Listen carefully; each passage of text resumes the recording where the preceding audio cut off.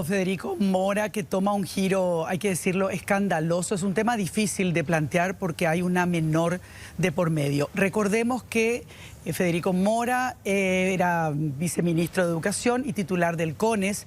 A raíz de esta denuncia fue destituido de ambos cargos.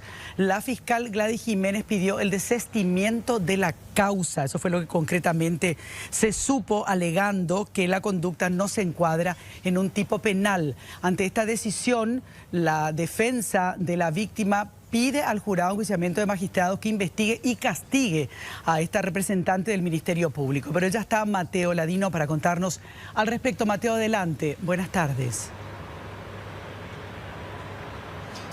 Sí, buenas tardes, María Menchi. Para tener un poco de recuento de lo que había sucedido en Semana Santa de este año, había denunciado la madre y expareja de la exautoridad también respecto a un caso de abuso sexual que involucraba a su propia hija, y el presunto autor habría sido supuestamente Federico Mora. En ese entonces era viceministro de Educación Superior y tenía también otro cargo en el CONES. En medio de ese contexto se le da la destitución a Federico Mora, se plantea como un caso verdaderamente grave y a partir de allí se realiza la investigación. El caso, que se inició con una denuncia en Asunción, pasó a tener la jurisdicción correspondiente en la ciudad de Villarrica, en el lugar en donde se estaban ubicando estas personas al momento en que ocurrió el hecho, y por tanto era la fiscalía que tenía que intervenir, y es allí donde sale la gran polémica.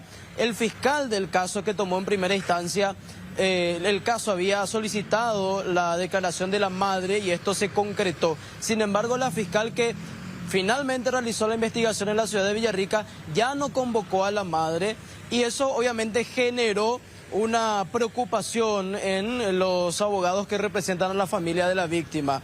Luego se da la noticia, efectivamente la fiscal Gladys Jiménez solicita la desestimación de la causa y por ende también un proceso de alguna manera dejar sin pena ni culpa a Federico Mora, y es allí donde aparece la figura del abogado Oscar Tuma, quien denunció en la mañana de hoy que la fiscal Gladys Jiménez habría incurrido en mala gestión de una causa y sobre todo mal desempeño en sus funciones, y solicitó que el jurado de enjuiciamiento intervenga en el caso y proceda a realizar una investigación en contra, o realizando por supuesto un análisis del trabajo de la fiscal. Esto finalmente fue confirmado en la mañana de hoy. El jurado de enjuiciamiento va a intervenir en la causa, y decía el abogado Oscar Tuma que la fiscal Gladys Jiménez ni siquiera convocó a la madre, tampoco convocó a una psicóloga, quien había en principio tomado intervención al enterarse de lo sucedido e instar a la madre a que realice la denuncia. Tampoco fue convocada ella.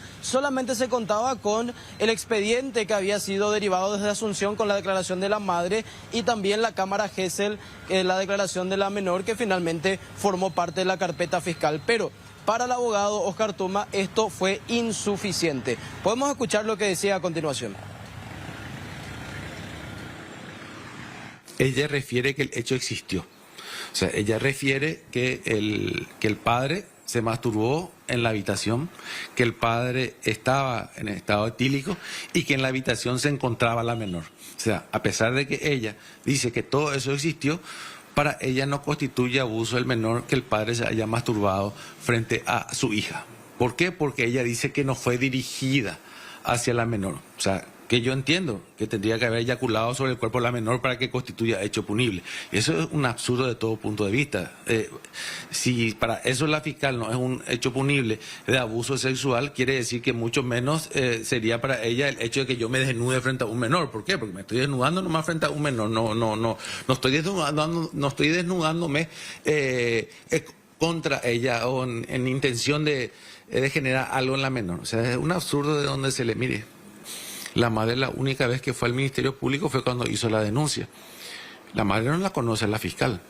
¿Cómo la madre no va a tener entrevista con la fiscal de las causas que está analizando un hecho tan grave?